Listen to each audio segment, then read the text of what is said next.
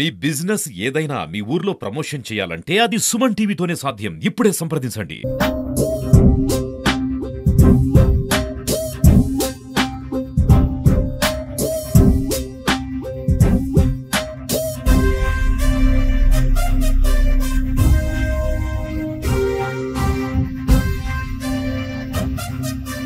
Welcome to Suman TV. నేను Manjunath. Civils సాధించాలనే తపన ప్రతి ఒక్కరికి ఉంటుంది. అయితే ఆ సివిల్స్ లో సాధించాలనే కృషి పట్టుదల ఉంటేనే ఏదైనా సాధించగలుగుతారు. అందుకు నిదర్శనంగా ఇటీవల విడుదలైన సివిల్స్ పరీక్షా ఫలితాలలో ఉమ్మడి చిత్తూరు జిల్లాలోనే ఓ యువకుడు 904వ ర్యాంక్ సాధించాడు. తన అనుకున్న కోరికతో పాటు తన తండ్రి కోరికను కూడా తీర్చారు. ఆ వ్యక్తి ఎవరో కాదు, ఉమ్మడి చిత్తూరు జిల్లా వీకోట మండలం బైరెడ్డిపల్లికి చెందిన రంపం శ్రీకాంత్ గారు. ప్రస్తుతం ఆయన మనతో ఉన్నారు. సివిల్స్ ఏ విధంగా ప్రిపేర్ అయ్యారు, సివిల్స్ కోసం ఎంత కష్టపడాల్సి వస్తుందని అనేక విషయాలు ఆయన అడిగి తెలుసుకుందాం రండి. సార్ నమస్తే శ్రీకాంత్ గారు. నమస్తే సార్. సార్ చెప్పండి సార్. మొదట మా సుమన్ టీవీ తరపు నుంచి మీకు హార్దిక శుభాకాంక్షలు. ఎందుకంటే 904వ ర్యాంక్ సాధించారుగా, దానికోసం. Thank you sir. Thank you very much sir. First మీ కుటుంబ నేపథ్యం గురించి చెప్పగలుగుతారా? Sure sir. సార్ మా father government headmaster sir. బైరెడ్డిపల్లిలో నేను పుట్టాను. తర్వాత మళ్ళీ మేము పలంనేరుకు మైగ్రేట్ అయ్యాము. నాకు 7th క్లాస్ వరకు నేను బైరెడ్డిపల్లిలో చదివాను. దాని తర్వాత 7th నుంచి లిటిల్ ఏంజల్స్ హై స్కూల్ పలంనేరులో చదివాను సార్. దాని తర్వాత మా మదర్ హోమ్ మేకరు అండ్ నా సిస్టర్ డాక్టర్ గైనకాలజిస్ట్, ఇక్కడ బెంగళూరులో వర్క్ చేస్తారు, డాక్టర్ మధురిమ. అండ్ వైఫ్ శ్రావ్య, తను టార్గెట్లో వర్క్ చేస్తుంది, వాళ్ళు ప్రజెంట్లీ తిరుపతిలో ఉన్నారు సార్. అండ్ తర్వాత మేము స్కూలింగ్ అంతా నాది 10th క్లాస్ వరకు అక్కడే అయింది సార్. తర్వాత తిరుపతికి ఇంటర్కి వెళ్ళాను. తర్వాత అక్కడి నుంచి ఇంజనీరింగ్ సిబిఐటి హైదరాబాద్లో చేశాను. దాని తర్వాత మళ్ళీ ఐఎం బెంగళూరులో ఎంబీఏ చేసి తర్వాత నేను వర్కింగ్ స్టార్ట్ చేశాను. ఇంటర్మీడియట్ ఏ కోర్స్ తీసుకున్నారు సార్? నేను ఎంపీసీ చేశాను సార్, శ్రీ చైతన్య తిరుపతిలో సార్. మ్యాథ్స్ ఫిజిక్స్ అంటే ఇంట్రెస్ట్ ఉంది అప్పుడు, అందుకని ఎంపీసీ తీసుకున్నాను సార్. హైదరాబాద్కి జాబ్ వెళ్ళిన తర్వాత అసలు మీరు సివిల్స్ వైపు ఎలా రావాలనుకున్నారు? సార్ అందరిలాగానే చిన్నప్పుడు మా కుటుంబ బ్యాక్గ్రౌండ్ నేపథ్యం నుంచి చూస్తే మా ఫాదరు మదరు చాలా చెప్పేవాళ్ళు సార్ చిన్నప్పుడు సివిల్ సర్వీసెస్ అని. అండ్ అక్కకి అట్లనే మెడిసిన్ అని ఎంకరేజ్ చేశారు. సో నేను దాన్ని అప్పుడు అనుకున్నాను కానీ బట్ దెన్ నేను అంత సీరియస్గా తీసుకోలేదు సార్. దాని తర్వాత ఏమైందంటే మళ్ళీ నేను ఇంజనీరింగు, ఈ స్టార్టప్స్, ఆంటర్ప్రెన్యూర్షిప్ ఇట్లా సైడ్ నాకు కొంచెం ఇంట్రెస్ట్ ఉండడంతో నేను ఇంజనీరింగ్లోనే దాని తర్వాత ఏదైనా స్టార్ట్ చేయాలి అన్నట్టుగా అనుకుంటుండే. అప్పుడు మళ్ళీ ఆ యాంగిల్లోనే నేను ఎంబీఏ కూడా చేశాను సార్. ఎంబీఏ చేసినప్పుడు ఇంకొంచెం ఐడియా వచ్చింది ఆంటర్ప్రెన్యూర్షిప్ ఎట్లా వర్క్ అవుతుంది. బట్ దెన్ దాని తర్వాత when I started working sir, ఇప్పుడు అమెజాన్, గూగుల్ వీటన్నిటిలో మంచి మంచి కంపెనీస్లో చేసినప్పుడు కూడా there is some level of dissatisfaction, కొంచెము ఫుల్ఫిల్మెంట్ అనేది లేకుండా ఉండింది. దానికోసం ఏది మన సూట్ అయ్యేది, మనకు సూట్ అయ్యేది, మన స్కిల్ సెట్కి, మన ఇంట్రెస్ట్లకి సూట్ అయ్యేది, మీనింగ్ఫుల్ రోల్ ఏది అని ఆలోచిస్తే సివిల్ సర్వీసెస్ బెటర్ ఆప్షన్ అనిపించింది సార్. బట్ ఇమీడియట్గా అప్పుడు నేను ఉన్న పరిస్థితుల్లో ఆ జాబ్ క్విట్ చేసి వెంటనే సివిల్స్ పర్స్యూ చేసే సిచ్యువేషన్లో లేకుండా ఉంది. బట్ దెన్ నేను కొన్ని రోజులు అక్కడే వర్క్ చేశాను. తర్వాత ఒకసారి అటెంప్ట్ చేయాలని స్టార్ట్ చేస్తున్నాను సార్. బి ఫ్రాంక్, ఎందుకంటే ఇప్పుడు ఈ కార్పొరేట్ కల్చర్లో ఉన్న శాలరీస్ కానీ ఈ సివిల్ సర్వీస్ దాంట్లో ఉండవు. కానీ అంత లాక్స్ ఆఫ్ శాలరీస్ వదులుకొని మీరు సివిల్ సర్వెంట్గా ఎందుకు చేయాలనుకుంటున్నారు సార్? నిజమే sir, to be very honest, money అనేది ప్రైవేట్ సెక్టర్లో ఎస్పెషలీ టాప్ టెక్ కంపెనీస్లో చాలా ఉంటుంది sir. But then after achieving that, ఒక గూగుల్లో ఒక మంచి శాలరీ ప్యాకేజ్ వచ్చిన తర్వాత కూడా there is something that I was missing. ఏదో ఒక తెలియని వెలితి అంటారు కదా, అట్లా అనిపించేది నాకు. మనం చేసే వర్క్ మీనింగ్ఫుల్ ఉందా? నేను డిజిటల్ మార్కెటింగ్ మేనేజర్గా వర్క్ చేసేవాడిని సార్. వర్క్ చేసినప్పుడు నా కోర్ జాబ్లో ఏంటంటే I use to help companies execute the marketing campaigns బాగా సక్సెస్ అయ్యేలా. అట్లా నేను ఫ్లిప్కార్ట్, అమెజాన్ వీళ్ళందరికీ ఎగ్జిక్యూట్ చేసినప్పుడు నేషనల్ లెవెల్ ప్రెస్ కవరేజ్ అంతా వచ్చింది నేను చేసిన దానికి. బట్ స్టిల్ అది ఎండ్ కస్టమర్ ఎవరికి రీచ్ అవుతుంది, నాకు అనుకున్న వాళ్ళకి కానీ, నాకు తెలిసిన వాళ్ళకి కానీ, నేను వచ్చిన చిన్న విలేజెస్ కానీ టౌన్స్కి కానీ ఎవరికైనా హెల్ప్ అవుతుందా అనేది నాకు పెద్ద క్వశ్చన్ మార్క్గా మిగిలింది సార్. అందుకని అట్లా ఆలోచిస్తుంటే డబ్బులు అనేది ఒక పాయింట్ తర్వాత అంత మ్యాటర్ అవ్వదు సార్, అంత సాటిస్ఫాక్షన్, హ్యాపీనెస్ అనేది ఇవ్వదనేది నాకు నా ఎక్స్పీరియన్స్ ద్వారా అర్థమైంది.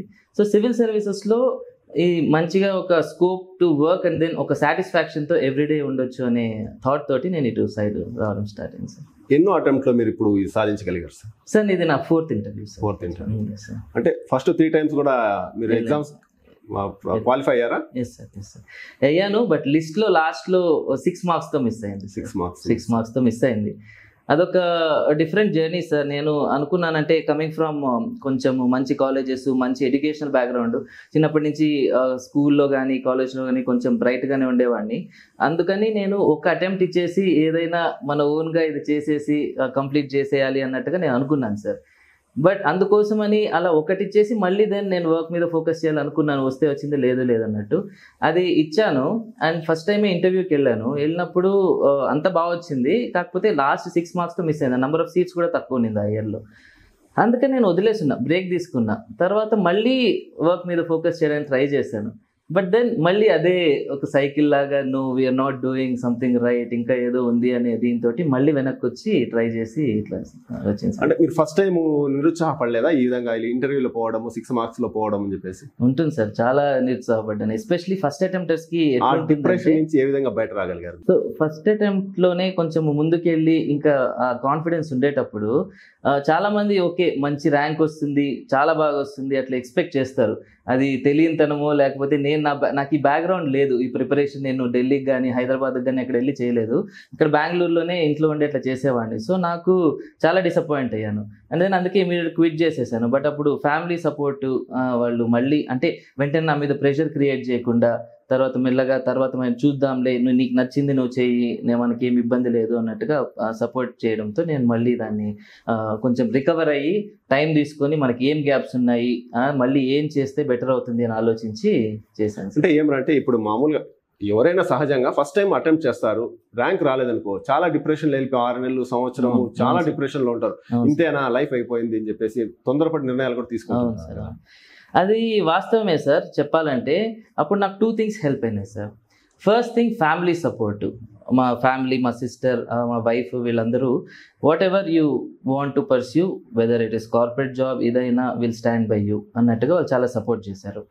సెకండ్ ఫ్యాక్టర్ ఏంటంటే నేను కొంచెం స్టెబిలిటీ, ఒక సెటిల్మెంట్ అనేది వచ్చిన తర్వాత నేను స్టార్ట్ చేయడం వల్ల I can anyways always go back to what ever I was doing అన్నట్టుగా ఒక థాట్ ఉండేది. అంటే we have nothing to lose, it is okay, అంత ఏది జరిగినా మన మంచికి అని కొంచెం అది హోప్ అండ్ ఆప్టిమిజం అనేది కొంచెం ముందు నుంచే నాకు ఎక్కువే సార్. నేను అంత తీసుకుంటారు కాబట్టి కొంచెం పాజిటివ్గానే తీసుకొని ఇంకా ఏది చేయొచ్చని ఆలోచిస్తాను. కానీ మళ్ళీ ఇంకా అక్కడ ఆగిపోవడము, లేకపోతే వదిలేయడము, లేకపోతే ఏదో అయిపోయింది మనం అన్లక్కీ అట్లంతా అనుకోవడం అట్లా ఉండేది సార్. మీరు ఏ సబ్జెక్టులు అయితే తీసుకోగలరు? ఆప్షనల్గా ఏ సబ్జెక్టులు ఇచ్చారు? నేను political science and international relations అని తీసుకున్నాను సార్. పాలిటీ అంటే నాకు కొంచెం బాగా ఇంట్రెస్ట్ ఉండింది. Especially when you are entering civil services, I needed the perspective ground level నుంచి అసలు ఏంటి మన వ్యవస్థ అనేది ఎట్లా వర్క్ అవుతుంది, మన పాలిటీ అనేది ఏంటి, అసలు ఏ రోల్స్ అని. నాకు complete different background, engineering, MBA, నాకు ఐడియా లేకుండా కాబట్టి నాకు అండర్స్టాండింగ్. ఇప్పుడు ఎందుకంటే మీరు ఇంజనీరింగ్ చేశారు, ఇప్పుడు పొలిటికల్ గా ఆప్షనల్ పెట్టుకున్నారు కాబట్టి రెండింటికి ఎక్కడ కూడా మీకు పొంతన లేదు. ఏ విధంగా కవర్ చేయగలిగారు సార్? అది 2 things sir. Political science and international రిలేషన్స్కి మనకి బాగా అవైలబిలిటీ ఆఫ్ రీసోర్సెస్, మంచి మెంటర్స్, సబ్జెక్ట్ టీచర్స్ వాళ్ళు అవైలబుల్లో ఉన్నారు సార్. సెకండ్ది సబ్జెక్ట్ మీద ఇంట్రెస్ట్. మనకి ఇంటర్నేషనల్ రిలేషన్స్ అనేది చాలా ఇంట్రెస్టింగ్ ఉంటుంది. జియో పాలిటిక్స్, ఇప్పుడు మన రష్యా యుక్రెయిన్ వార్ కానీ, ఇటుపక్క ఇంకా క్రైసిస్ అంటే మన ఇండియా ఇష్యూస్ కానీ, మరి అమెరికాలో ట్రంప్ రావడం వల్ల కానీ చాలా ఇవి ఇంట్రెస్టింగ్ ఉండేవి. Financial issues, social issues, geo political issues, ఇవి ఇంట్రెస్ట్ ఉండే. అందుకని నాకు పెద్దగా ప్రాబ్లం అనిపించలేదు, ఇంట్రెస్టింగ్గానే ఉన్నాయి సార్. అన్ని 3-4 టైమ్స్ చేస్తున్నా కూడా నాకు ఎప్పుడు బోర్ కొట్టడం కానీ లేకపోతే అరే అయిపోయింది అట్లా అన్నట్టుగా అనిపించలేదు. ఆప్షనల్ సబ్జెక్ట్ అంటే ఈ ఆప్షన్స్ ఏమైనా మార్చుకోవచ్చు? ఫస్ట్ టైం మనం ఫెయిల్యూర్ అవుతాము, సెకండ్ టైం కు థర్డ్ టైం ఆప్షన్స్ మార్చుకునే ఛాన్స్ ఉంటుంది సబ్జెక్ట్? ఆప్షన్ మార్చుకోవచ్చు సార్, ప్రతి అటెంప్ట్లోనూ మార్చుకోవచ్చు. నాకు ఫస్ట్ టైము 260 మార్క్స్ వచ్చింది ఆప్షనల్లో, అది అబవ్ యావరేజ్ అని చెప్పొచ్చు. అందుకని ఓకే దీనిలో స్కోప్ ఉంది, ఇంకా నేను వర్క్ చేస్తే ఇంకా బాగా రావచ్చు అనే హోప్ తోటి నేను ఇంతవరకు మార్చలేదు సార్. ఆ థాట్ కూడా వేరే ఆప్షనల్ థాట్ ఎంటర్టైన్ చేయలేదు నేను. అంటే ఇప్పుడు మామూలుగా సివిల్స్ కోచింగ్ అంటే ఢిల్లీ కానీ, కోట, హైదరాబాద్ మెయిన్ సిటీస్కి వెళ్తారు. కానీ మీరు కోచింగ్ ఎక్కడ తీసుకోగలరు? ఎక్కడికి వెళ్లకుండా ఇంట్లోనే కూర్చొని చదువుకొని ఏ విధంగా సాధించగలిగారు? సార్ నేను కొంచెం బాగా రీసెర్చ్ చేశాను. నా ఫ్రెండ్స్ ఆల్రెడీ సివిల్స్కి ఢిల్లీ వెళ్ళిన వాళ్ళు, హైదరాబాద్లో ఉంటున్న వాళ్ళు, బెంగళూరులో ఇక్కడ కూడా ఒక ఏరియా ఉంది చంద్ర లేఅవుట్ అని, అక్కడ వెళ్ళిన వాళ్ళు అందరినీ నేను కనుక్కున్నప్పుడు అక్కడికి వెళ్ళిన వాళ్ళు ఫోకస్ అనేది తగ్గుతుంది సార్. ఎందుకంటే వాళ్ళ కంఫర్ట్ జోన్ నుంచి బయటికి వెళ్ళి క్లాసులు అటెండ్ అయ్యి ఇట్లా చేసినప్పుడు ఒక 10 lakh మెంబర్స్ ఒక చోటు ఉంటారు సార్. సో అట్లాంటప్పుడు ఆ పియర్ ప్రెషర్ ఫీల్ అవ్వడము, ఆ గోల్ మీద ఫోకస్ తప్పడము, ఇట్లాంటివి చాలా జరుగుతూ ఉంటాయి. అదొకటి. మళ్ళీ నాకు నా 10th క్లాస్ నుంచి కానీ క్యాట్ రాసి ఎంబీఏ క్రాక్ చేసినప్పుడు కానీ, ఎంబీఏకి వెళ్ళినప్పుడు కానీ నాకు సెల్ఫ్ డిసిప్లిన్, సెల్ఫ్ ప్రిపరేషన్ మీద కాన్ఫిడెన్స్. ఎవరైనా చెప్తే నా గ్రాస్ప్ చేసుకునే దానికంటే నా అంతకు నేను తెలుసుకొని రీసెర్చ్ చేసి చేసుకుంటే నాకు కన్వీనియంట్గా ఉంటుంది. అందుకని నేను, and there are so many toppers sir. Last 10 yearsలో చూస్తే చాలామంది టాపర్స్ సెల్ఫ్గానే ప్రిపేర్ అయినారు, more than people who have gone to Delhi or any other place. So అందుకోసమని నా డెసిషన్ తీసుకున్నాను సార్. త్రూ అవుట్ నేను స్టిక్ అయ్యాను. ఓకే, బట్ అలా అని మళ్ళీ ఇంకా మెయిన్ స్టేజ్ని బట్టి డిపెండ్ అవుతుంది. మన ఫౌండేషన్ అవన్నీ మనమే చేసుకుని మెయిన్స్ కోసం ఒక టెస్ట్ సిరీస్ లాంటిది ఏ ఇన్స్టిట్యూట్ మీకు కరెక్ట్గా అనిపిస్తే, చాలా ఉన్నాయి మార్కెట్లో, దాన్ని తీసుకొని దాన్ని డిలిజెంట్గా డిసిప్లిన్డ్గా చేస్తే మనకి డెఫినెట్లీ బెటర్ రిజల్ట్స్ వస్తాయి సార్. ఇంకోటి ఏమంటే ఇప్పుడు గ్రూప్ డిస్కషన్స్ తో వాటితో కొంచెం మనకు సెల్ఫ్ కాన్ఫిడెన్స్ పెరుగుతుంది, ఇంటర్వ్యూలో కానీ బాగా చేయగలుగుతుంది. కానీ మీరు సింగిల్ గా ప్రిపేర్ అవుతున్నారు కదా, ఈ సెల్ఫ్ కాన్ఫిడెన్స్ ఏ విధంగా తెచ్చుకోగలిగారు? సార్ నాకు లిమిటెడ్ గా కొంతమంది ఫ్రెండ్స్ అయితే ఉన్నారు సార్ ప్రిపరేషన్ లో ఉండేవాళ్ళు. సో వాళ్ళు కంప్లీట్లీ టచ్ లో ఉంటారు ఆ వరల్డ్ ఎట్లుంటుందని. సో వాళ్ళ ద్వారా నాకు ఇన్ఫర్మేషన్ తెలుస్తుంది. సో దానివల్ల నేను అక్కడ ఏం జరుగుతుంది డిస్కషన్స్, ఎస్పెషల్లీ ఇంటర్వ్యూ స్టేజ్లో బాగా హెల్ప్ అవుతుంది సార్. మేము మెయిన్స్ తర్వాత ఒక 4-5 ఇంటర్వ్యూ గ్రూప్ ఫామ్ చేసుకుని మాకు మేము క్వశ్చన్స్ అడగడము, దాని తర్వాత మళ్ళీ రిఫైన్ చేయడము, ఫీడ్బ్యాక్ చేయడము, పియర్ ఫీడ్బ్యాక్ అని చాలా హెల్ప్ అవుతుంది. సో అట్లా ఇప్పుడు మన ఆన్లైన్లో డిజిటల్గా చేసేటప్పుడు మనకు పెద్దగా ఫిజికల్గా ఆ ప్లేస్లో ఉండాలన్న కన్స్టెంట్ ఉండదు సార్. సో అది మనం ఇప్పుడు కూడా చేసుకోవచ్చు. నేను ఇంకోటి, చాలా మంది సివిల్స్ ప్రిపేర్ కావాలంటారు, వాళ్ళు ఢిల్లీకి వెళ్ళి హైదరాబాద్కు వెళ్ళి చదివే స్తోమత లేక ఫీల్ అయ్యి ఇంట్లో నిలిచిపోతున్నారు. వాళ్ళకు కంటెంట్ ఎక్కడ లభిస్తుంది, ఏ విధంగా ప్రిపేర్ కావాలనుకుంటే మీరు సలహా ఇస్తారు? Definitely sir. సో నేను ఒక విషయం హైలైట్ చేయాలి సార్. నా 80 to 90% of preparation is online sir. ఎట్లా అంటే నేను పేపర్ కూడా ఆన్లైన్ డిజిటల్ పేపర్ చదివి దానిలోంచి నోట్స్ చేసుకొని మొత్తం ల్యాప్టాప్లో చేసుకుంటా సార్. రాసేది ప్రాక్టీస్ కూడా తక్కువే. మనకి చాలా రీసోర్సెస్ ఉన్నాయి సార్. అంటే ఒక ఇన్స్టిట్యూట్స్ అన్ని వాళ్ళు ఫ్రీ రిసోర్సెస్ రన్ చేస్తారు, ఎవ్రీడే చాలా వీడియోస్ చేస్తారు. సో అట్లా ఇన్స్టిట్యూట్స్ రిలీజ్ చేసే కంప్రైజ్డ్ అండ్ కన్సైజ్ కంటెంట్ ఒకటి. Second, YouTube sir. సో నేను గూగుల్లో వర్క్ చేసినప్పుడు కూడా ఇక్కడ ఒక కేస్ స్టడీ లాగా యూపీఎస్సీ అనేది ఒక సెపరేట్ సెగ్మెంట్ సార్. దానికోసం అమేజింగ్ కంటెంట్ క్రియేట్ అవుతుంది సార్. అప్పుడు దాన్ని లెవరేజ్ ఎలా చేసుకోవాలి అనేది దాని మీద మనం కొంచెం ఆలోచించి అండర్స్టాండ్ చేసుకొని మనం చేయగలిగితే YouTube is the best, one of the best sources. చాలా మంది ఏమంటారంటే యూట్యూబ్ చూస్తే అసలు మనం చూడాల్సిన కంటెంట్ కంటే అనదర్ ఆప్షన్స్ పైన వెళ్ళిపోతాం. మీరేమంటే యూట్యూబ్ మొత్తం సోషల్ మీడియాలోనే మీరు? సోషల్ మీడియా అంటే నేను ఇన్స్టాగ్రామ్ వీటిలో నేను ఉండను సార్, మొత్తం అన్ఇన్స్టాల్ చేసుకున్నా. యూట్యూబ్ కూడా డెఫినెట్లీ అల్గోరిథం ఎట్లా వర్క్ చేస్తుంది అంటే మనం చూసే కంటెంట్ మీద రిపీటెడ్ కంటెంట్ ఇస్తుంది. మనము ఒక సార్ట్ ఆఫ్ సెల్ఫ్ డిసిప్లిన్ పెట్టుకొని ఈ టైంలో ఇదే చూస్తాను, ఈ కంటెంటే చూస్తాను అని పెట్టుకొని చూడాలి సార్. కొంచెం డిస్ట్రాక్ట్ అయినా కూడా అది ఒక హోల్ అంటారు కదా, అలా స్పైరల్ అయిపోతూ ఉంటాం సార్. అంటే మీరు డైలీ జాబ్కి వెళ్తూ ఈ చదువుకి ఏ విధంగా, ఈ కోచింగ్కి ఏ విధంగా మీరు టైం కేటాయించారు? అది చెప్పాలంటే కొంచెం difficult issue sir. Maybe I would say that నేను అట్లా రెండింటిని బ్యాలెన్స్ చేయడానికి ట్రై చేస్తే ఇంకొన్ని ఎక్కువ సార్లు తీసుకున్నట్టు నాకు అనిపిస్తూ ఉంటుంది సార్. ఎవరైనా అఫోర్డ్ చేయగలిగితే వాళ్ళకి నిజంగానే complete focus only civil services మీద ఉంటే, నన్ను అడిగితే ఆ ఛాన్స్ తీసుకొని కంప్లీట్గా క్విట్ చేసి ఒకదాని మీద ఫోకస్ చేసినప్పుడు సక్సెస్ అవుతారని నా opinion sir. And especially maybe నేను కొంచెం లేట్గా స్టార్ట్ చేశాను కొన్ని జాబ్ అవన్నీ చూసుకొని, బట్ కొంతమంది పిల్లలు కూడా చాలా ఎర్లీగా స్టార్ట్ చేస్తుంటారు. వాళ్ళకి కొంచెం భయం ఉంటుంది సక్సెస్ అవుతుందా లేదా అని. బట్ ఒక గుడ్ 2 to 3 years పర్లేదు, ఏదైనా చేసి నేను చేస్తానని కాన్ఫిడెన్స్ ఉన్నప్పుడు జాబ్ వాటి మీద వేరే డిస్ట్రాక్షన్స్ పెట్టుకోకుండా కంప్లీట్గా దీని మీద ఫోకస్ చేయాలని నేను ఎక్స్పెక్ట్ చేస్తాను sir. Coming to your question, నేను ఎట్లా బ్యాలెన్స్ చేశానంటే, నాకు ఈ డెఫినెట్లీ గూగుల్ అనే కంపెనీ చాలా ఫ్లెక్సిబిలిటీ ఇస్తుంది సార్. మనకి వర్క్ని పర్సనల్ లైఫ్ని బ్యాలెన్స్ చేసుకునేలాగా చాలా ఆపర్చునిటీస్ ఇస్తుంది. సో నేను అక్కడ అండ్ ప్లస్ హైబ్రిడ్, ఈ కోవిడ్ ఈ టైంలో కూడా అది కొంచెం మనకు హెల్ప్ అయింది. హైబ్రిడ్ వర్క్ ఎన్వైరన్మెంట్ 1-2 years మనం ఇంట్లోనే ఉంటున్నాము, వర్క్ ఫ్రమ్ హోమ్ కొంచెం బాగానే కలిసి వచ్చింది సార్. అప్పుడు నేను ఒక 6 hours వర్క్ మీద ఫోకస్ చేసి ఇంకా next 7 to 8 hours in the week days మళ్ళీ వీకెండ్స్లో ఇంకొంచెము 8 to 10 hours ఎంత అయితే అంత టైం పెట్టుకొని కాకుండా ఫుల్ ఫ్లెడ్జ్డ్గా నేను చేసేవాడిని సార్. అంటే జాబ్ చేస్తూ సివిల్స్ ప్రిపేర్ అవుతూ ఫ్యామిలీకి ఏ విధంగా టైం కేటాయించారు? సార్ అన్ని లైఫ్లో కొన్ని కావాలంటే కొన్ని కాంప్రమైజెస్ అవ్వాలి sir. I don't think so నేను ఫ్యామిలీకి అది కంప్లీట్ జస్టిస్ చేసినట్లు కొంచెం కాంప్రమైజ్ అవ్వాల్సి వచ్చింది. నేను ఒక్కడిని దూరంగా వచ్చేసి అందరికీ దూరంగా ఉండి అట్లా చేయాల్సి వచ్చింది sir. But it is all worth it చెప్పాలంటే. నేను I could only do like 2 things at a time. I believe in this philosophy. You can't balance 10 things at a time. When you want to take care of your job plus and then civil service preparation, possibly something related to your health, అట్లా manage చేసుకోగలం. కానీ అన్నిట్లో best చేయాలంటే we are all humans sir, మన వల్ల కాదు.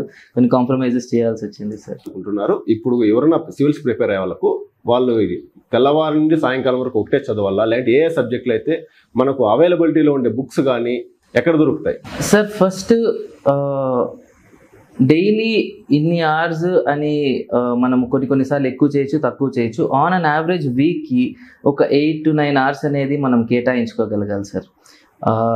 అంటే weekly per day on an average యావరేజ్గా 8 to 9 hours ఎవ్రీ డే అన్నట్టుగా మనం అనుకోవాలి సార్. కొన్ని రోజులు on bad days we could only hit like 4-5 paper చదవడమే పెద్ద విషయం లాగా ఉంటుంది. కొన్నిసార్లు ప్రిలిమ్స్, మెయిన్స్, ఇంటర్వ్యూస్ దగ్గర పడే కొద్దీ మనకు టైం తెలియకుండా 14-15 hours మ్యారథాన్ లాగా చేస్తుంటాము. సో యావరేజ్ అయిపోతుంది. కానీ one thing that is key is every day even if it's for 1 hour ఆ టచ్లో ఉండడం very very important sir.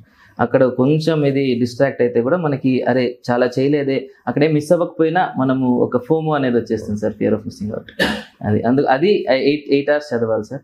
And coming to sources, నేను చెప్పినట్టు నేను చాలా basic books, what I did mostly was to refine and decide that these are the big books I will study and these are the books I will not even touch.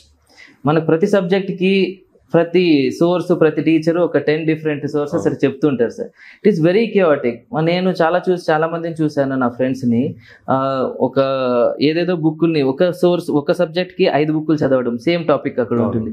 అట్లా మనం ఎక్కువ చదువుతానం అనిపిస్తుంది కానీ చాలా టైం వేస్ట్ అవుతుంది, అది మనం retain చేసుకోలేం.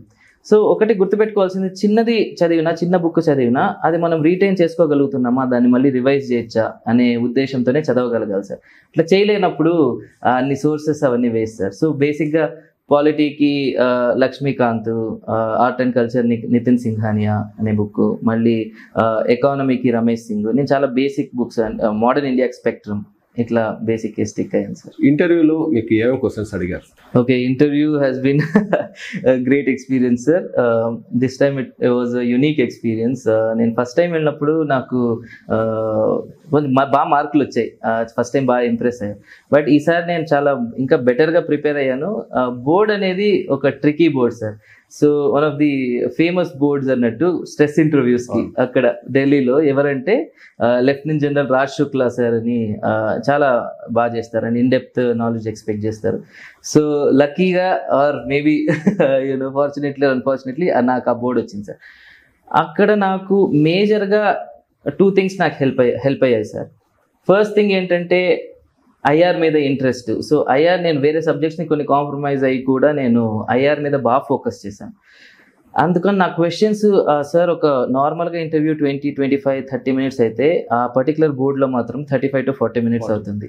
10 minutes ఎక్స్ట్రా అవుతుంది. అండ్ చాలా స్ట్రెస్ఫుల్గా ఉంటుంది interview. So sir coming from army బాగా టెస్ట్ చేస్తారు. There are so many people coming out అన్నట్టు కొంచెం టియర్ ఐడ్ తోటి అట్లా వస్తారు. బట్ నాకు అది ఎగ్జైటింగ్ అనిపించింది, ఛాలెంజింగ్. ఓకే, ఇట్లాంటి బోర్డు వస్తే maybe I can show my full potential అట్లా అనిపించేది. అందుకని దానికి తగినట్టుగా ప్రిపేర్ అయ్యాను. సో ఐఆర్ క్వశ్చన్స్ అడిగారు సార్. ఫస్ట్లీ మన నేషనల్ సెక్యూరిటీ అడ్వైజర్, నాకు ఐఎఫ్ఎస్ ప్రిఫరెన్స్ ఉంది సార్, ఫారిన్ సర్వీస్ కూడా. సో అందుకోసమని నేను నేషనల్ సెక్యూరిటీ ఇన్స్పిరేషన్ ఎవరంటే డాక్టర్ శివశంకర్ మెనన్ సార్ అని చెప్తే, తర్వాత ఆయన అంటే ఎందుకు ఇష్టము, ఆయన ఏం చేశాడు, 2008లో ఆ అటాక్ అప్పుడు మనం ఎలా రెస్పాండ్ అయ్యి ఉండాలి ఆ టెర్రరిస్ట్ థ్రెట్కి, అట్లాంటివి జరుగుతుంటే ఇప్పుడు ఇండియా కొంచెం కంప్లసెంట్గా అట్లా ఉంది, అట్లా చేసి ఉండాలా, అగ్రెసివ్గా మనం పోయి కౌంటర్ అటాక్ చేసి ఉండాలా, దాని మీద ఒక 5 minute డిస్కషన్. సరే, మన సెకండ్ టాపిక్ ఆఫ్ డిస్కషన్ వచ్చి మళ్ళీ చైనా మనకంటే డిఫెన్స్లో చాలా అడ్వాన్స్ టెక్నాలజీ వెపనరీ అవన్నీ చేస్తుంది, మనం ఇండియా ఎందుకు వెనకబడి ఉంది, వెనకబడి ఉందా లేకపోతే మనం ఎట్లా చేస్తున్నాం. నేను అప్పుడు చాలా డిఫెన్స్ ఇనిషియేటివ్స్, మన ఇండియా మనకి స్లో రైజ్ అన్నట్టు, rapid rise and under cover rise అన్నట్టు చాలా బాగా గ్రో అవుతుంది సార్. నేను కొన్ని హైలైట్ చేశాను పాయింట్స్ అన్నిటిని, అవి చాలా బాగా కలిసి వచ్చినాయి అనిపించింది. అండ్ లాస్ట్లీ మళ్ళీ ఇంకా రష్యా యుక్రెయిన్ వార్ గురించి ఆ టైంలో నేను ఫిబ్రవరిలో ఇచ్చినప్పుడు అది హాట్ టాపిక్ ఉంది, అది ప్లస్ ట్రంప్ పాలసీస్ గురించి చాలా డిస్కషన్ వచ్చింది సార్. నార్మలీ చైర్మన్ తోటి ఒక 4-5 minutes డిస్కషన్ ఉంటే నాది ఆల్మోస్ట్ 10-15 minutes అయింది సార్. అండ్ దెన్ మళ్ళీ ఇంకా 5 members ఉంటారు including the chairperson sir. And then ఆ నెక్స్ట్ వాళ్ళందరూ అట్లా వేరే వేరే క్వశ్చన్స్ అడిగారు సార్. మన ఏపీ గురించి కానీ చిత్తూరు డిస్ట్రిక్ట్ గురించి అడిగారు sir. Srikanth, now that you are prepared to work for less than half your current salary, let me ask you some questions. You are from Chittoor. Yes sir. What is Chittoor famous for? So we had a sugar factory earlier, Nutrin was there, but now it is not there. Chittoor is famous for Tirupati and the Chandragiri, the regal royal Sri Krishna Dev Royal Reigns, and also it's an arid climate. So Anything wrong with the Tirupati management? There was a controversy about ghee, then there was a stampede and some people died. This is not the Tirupati management we know. Sir, in my view, it was only one of an exception, sir. TTD, the Tirumala Tirupati Devasthanam Board, has been exceptional in terms of its management as well as endowment, sir. Because of procedural issues of procurement of ghee from diversifying from one source to Nandini to other source, they had faced that laddu issue. And recently stampede is simply mismanagement of crowd, sir. So while TTD has need to take a little bit of blame, but it is very efficient in managing its resources as well as other services on the Tirumala Hill, sir. Okay. Chandrababu Naidu has given a call for producing more children. What is your view? It's contrary to all Government of India policies.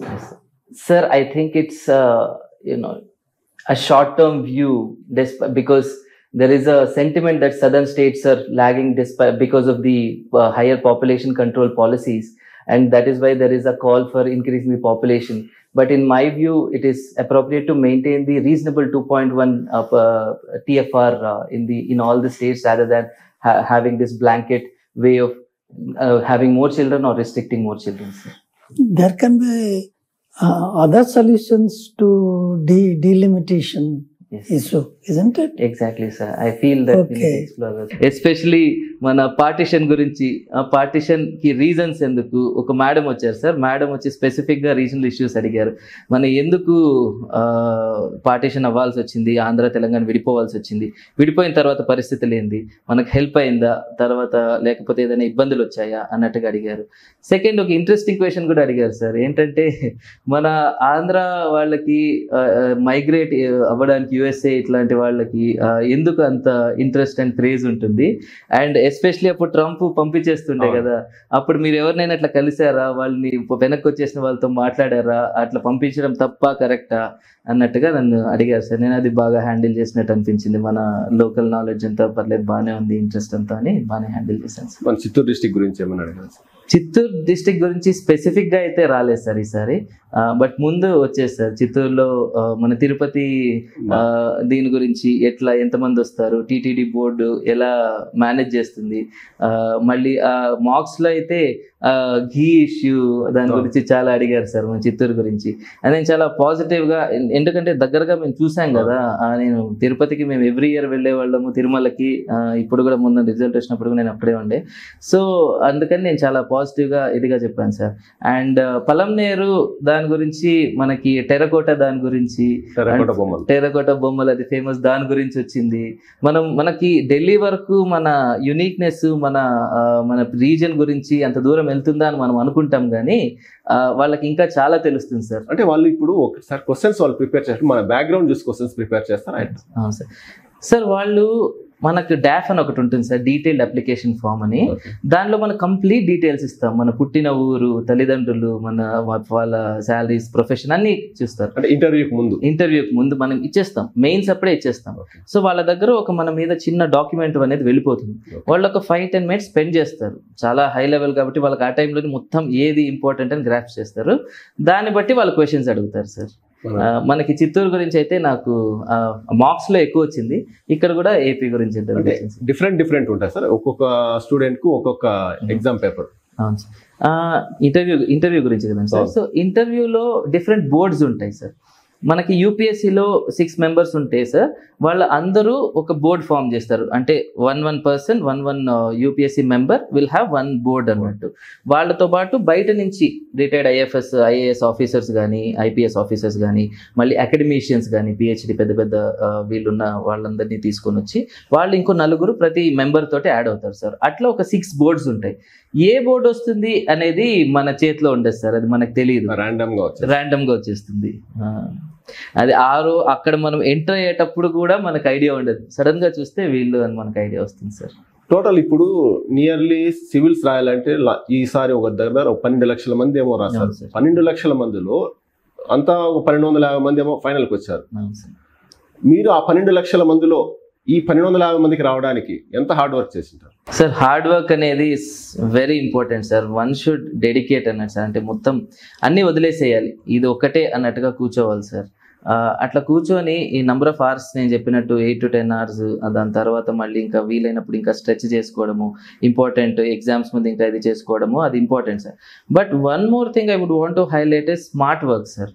ఇప్పుడు మనము ఏది చదువుతున్నాం, ఎందుకు చదువుతున్నాం అని clarity లేకుండా ఏదో ఒక సోర్స్ని 15 hours 16 hours రోజు చదివితే కూడా యూజ్ లేదు సార్. మనం చదివే దానివల్ల ప్రిలిమ్స్లో క్వశ్చన్స్ మనం సాల్వ్ చేయగలుగుతున్నామా, మనము టెస్ట్లు రాసినప్పుడు అంతే ఇంటెన్సిటీతో బెటర్మెంట్ చేసుకుని గ్యాప్స్ని ఫిక్స్ చేసుకుని మెయిన్స్ ఆన్సర్స్ ఇంప్రూవ్ చేసుకోగలుగుతున్నామా లేదా, ఇట్లాంటివి చాలా మనం అనుకోని ఫీడ్బ్యాక్ తీసుకొని పియర్స్, మెంటర్స్, మీకు ఎవరు కన్వీనియంట్ అయితే వాళ్ళ ఫీడ్బ్యాక్ తీసుకొని రాయడం మళ్ళీ ఇంప్రూవ్ చేసుకోవడం అనేది ఈజ్ వెరీ ఇంపార్టెంట్ సార్. అట్లా smart work plus hard work రెండు కావాల్సి వస్తుంది సార్ దీంట్లో. ఇంకోటి ఏమంటే ఇప్పుడు మీరు ప్రిపేర్ అయ్యింటారు, దాన్ని ఎవరితో ఒకరితో పంచుకోవాలా.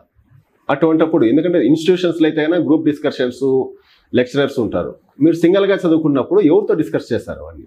మీకు ఏమైనా డౌట్లు వచ్చినప్పుడు కానీ, లేదంటే ప్రిపేర్ అయ్యింది ఎవరికైనా చెప్పాలంటే కానీ? అవును సార్, అవును సార్.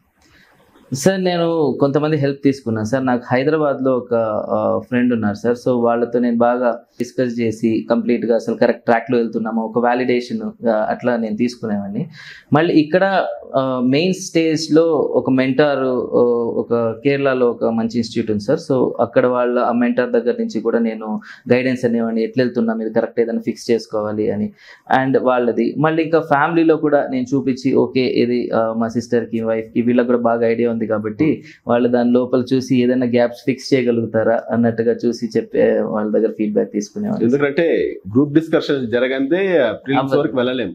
ఖచ్చితంగా ఎవరితో డిస్కషన్ కంపల్సరీ. డెఫినెట్లీ ఆ పియర్ గ్రూప్ అనేది ఇంపార్టెంట్ సార్. మనకి లైక్ మైండెడ్ పీపుల్ తోటి మనకి ఓకే, ఎవరితో పడితే అంటే వాళ్ళతో కాకుండా ఫోకస్గా ఉండేవాళ్ళు ఒకరిద్దరైనా కూడా మనము ఒక ట్రాక్ లో ఉన్నామా లేదని వ్యాలిడేట్ చేసుకోవడానికి ఏ ఊర్లో ఉన్నా పర్లేదు, డిస్టెన్స్ సిటీస్ మ్యాటర్ కాదు. అట్లా వాళ్ళతో మాట్లాడి ఆన్లైన్ డిస్కషనే సార్.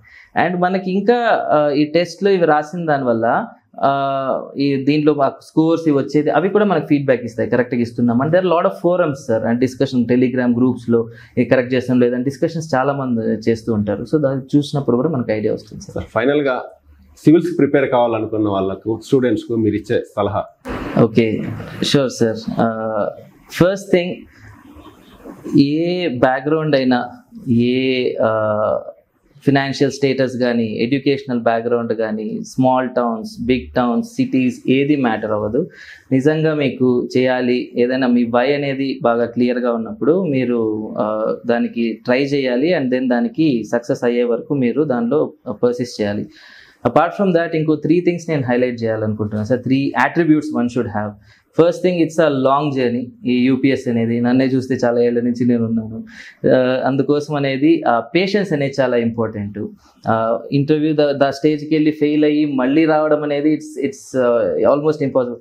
నాతో జర్నీ చేసిన చాలా మంది మా ఇంటర్వ్యూకి వెళ్ళిన వాళ్ళు వదిలేసి ఎంబీఏలు చేసుకొని అబ్రాడ్ వెళ్ళిపోయి అట్లా ఎండిపోయిన వాళ్ళు చాలా మంది తెలుసు నాకు. అందుకని patience is very important.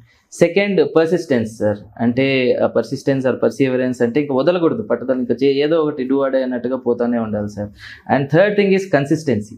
Consistency అంటే మనకి ఒక రోజు ఎంతో కొంత చదువుకుంటూ ఉండడం, ఆ టచ్లో ఉండడం, మినిమం అని మనం గోల్స్ పెట్టుకొని, సెల్ఫ్ గోల్స్ పెట్టుకొని అట్లా చేసుకోవడము, అది ఇది ఉంటే తప్పకుండా సక్సెస్ అవుతారు. ఎవరైనా ఆస్పైర్ చేయొచ్చు సార్. ఇంకోటి ఏమంటే ఇప్పుడు సివిల్స్ ప్రిపేర్ కావాలంటే లక్షల రూపాయల ఫీజులు కట్టాలా అని ఒక అపోహ ఉంది. Yes sir.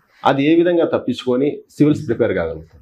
సార్ నేను దానికి చాలా మందికి ఆర్థిక స్తోమత ఉండదు, ఎందుకంటే సివిల్స్ పోవాలంటే మెటీరియల్ కాస్ట్ అవుతుంది, కోచింగ్ తీసుకోవాలా, లక్షలాది రూపాయల డబ్బులు ఖర్చు పెట్టాలా. పేరెంట్స్ కోరిక ఉన్నా కూడా ఆ కోరికను చంపుకోగలుగుతున్నారు. అవును సార్.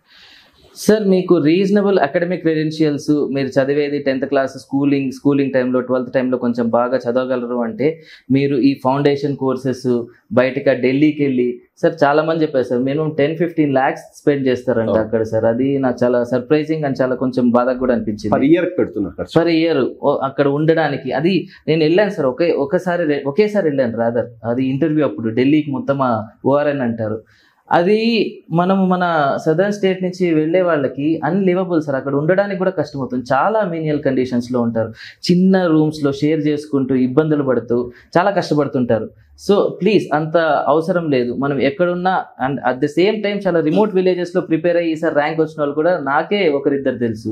అట్లాంటప్పుడు మీరు ఎక్కడున్నా మీకు వీలుంటే, మీ పరిస్థితులు సహకరిస్తే మీరు సిటీలకు కానీ దగ్గరున్న ప్లేసులకి వెళ్ళి ప్రిపేర్ అవ్వచ్చు. కానీ అది చేస్తే అంత డబ్బులు ఖర్చు పెడితేనే, అక్కడ 2-3 ఏళ్ళు అక్కడ ఉంటేనే, అంత కష్టాలు పడితేనే వస్తుంది అనేది మాత్రం పెద్ద అపోహ సార్. అది మిత్. దాన్ని చాలామంది వదిలేయాలి ఇప్పుడున్న డిజిటల్. అండ్ ఇన్ఫ్యాక్ట్ యూపీఎస్సీ పేపరే చేంజ్ చేసినారు సార్. ఆ కమిషనే ఆ ప్యాటర్న్ మార్చారు.